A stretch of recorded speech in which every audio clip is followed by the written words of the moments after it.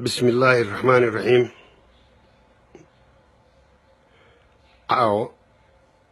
حبين بنجوغا أنا راليغا هذا وحان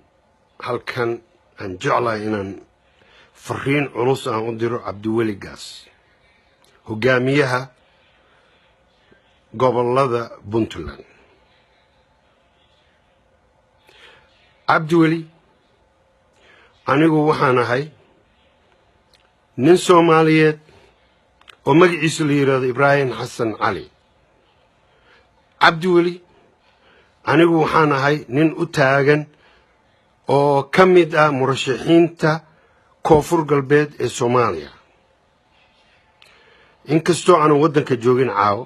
xasaate codkaada ayaan dhigaystay Cabdi Weli waxa ku hadashay qof weyn oo Soomaaliyeed oo shacbigiisa saa oo la hadlayo absolutely minna ma jirto waa discrimination weeyaan midabta kor shacabka koonfur galbeed iyo shacabka Puntland waa isku mid waxay wataan magaca ah SOMALI you cannot change you cannot deny absolutely ka yeeli mayno erega atri wayna gumaysanayaan iyagoo dacas wata reebuur xakaba iyo baydhabo iyo diinsoor absolutely no waa shacbigaadii weeyaan xaal baa ku fuulay waa in aad fariin degdeg ah soo dirtid apologize aad leedahay iga raalli ahaada hadalku iga dhacay haddii kale xaal baa ku fuulaya Cabdi Weli anigoo ah kugu celinaya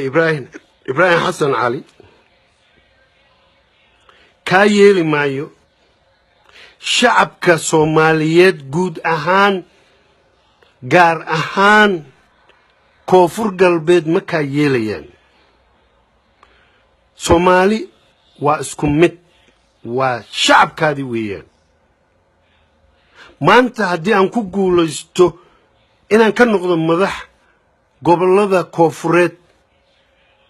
ee uu yimaado nin ku dhashay Boosaaso Garowe Gaalkacyo